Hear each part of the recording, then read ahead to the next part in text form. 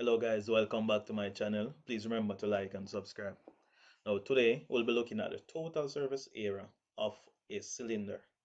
Now when you look at a cylinder, basically you see a circular prism because the entire cross section, as you can see here, is actually circular going all the way down. But to examine the total surface area, what we're going to do is to look at the net of the cylinder. So let's go right ahead. So we're going to flatten the cylinder. Now look at what happens as the cylinder opens. So the top would have been a circle, the bottom would have also been a circle. And notice now what happens is that the middle section of the cylinder is actually rectangular, as you can see here. So let us put our cylinder together and see if we can deduce what is really going on. Now, in order to better understand this, we're going to introduce some dimension into the cylinder. The cylinder has a height and it does have a radius, and those are the only two dimensions we really need. Now, let us flatten the shape again and see what happens. If we can identify where the height is and what happens to the radius. Because notice that when we flatten, this is what happens. Look carefully. Let's flatten this.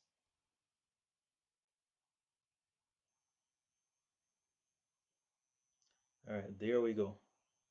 We can all agree that the circle would actually still be the circle. So let us adjust the height to see if we can find where it went.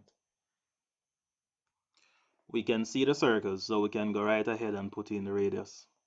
So we have a radius here, and for this circle, the radius would still be the same because of course it's a cross section and that is uniform. Now we see that the height is right here, which we can all agree on, but what about this dimension here?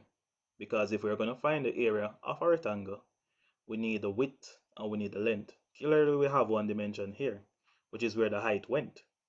But what about this section?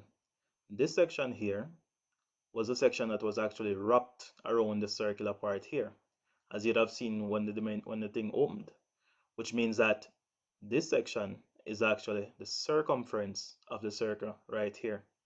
So the length of this section is actually 2 pi r. Good. Now that we know that, can we determine what the total surface area is? Yes. So my total surface area, which is TSA, we can all agree that we have two circles and the area of a circle is pi r squared. So the total surface area would be 2 pi r squared, which accounts for the two circles, plus this is a rectangle, so the area of a rectangle is length times width. We can agree that the length along here is 2 pi r and the width is actually h. So I'm going to have 2 pi r h. And there goes the formula for the total surface area of a cylinder. Here's an example of a typical exam question. Determine the total surface area of the figure below using pi as 22 over 7. Now note that pi is not 22 over 7. 22 over 7 is just an approximation that is feasible and easily usable for an exam type question. So in my figure here, we all agree it's a cylinder. The cross section is a circle. We have a circle at the top, a circle at the bottom. So let us go with that first. So we can start with the formula. So we can say that the total surface area is equal to 2 pi r squared. And this is for the two circles, the one at the top and the one at the bottom. Plus, we had established the formula for the curved surface area to be 2 pi r h. And the 2 pi r, of course, is for the circular section that turns into a rectangle when we find the net, and the height, of course, is what we have there as 8 centimeters. So now all we have to do is populate this formula. So this is going to be equal to 2 times pi, which is approximately 22 over 7, multiplied by r squared, and the radius here is 7. So we have 7 squared plus 2 times pi, again, which is 22 over 7, times the radius, which is 7, times the height, which is 8. All right. And there are several things we can do here.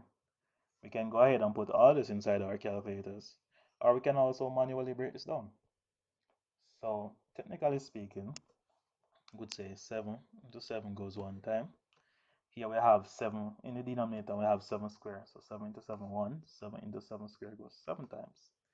All right, and then we could just multiply there. So we're gonna have 2 times 22 times 7, which is gonna be, this is gonna be 308 plus 2 times 22 times 8, which is gonna be 352. So when we combine those two values, what we end up with is 660. So we're gonna have 660, and we never leave off the unit, which is squared centimeters.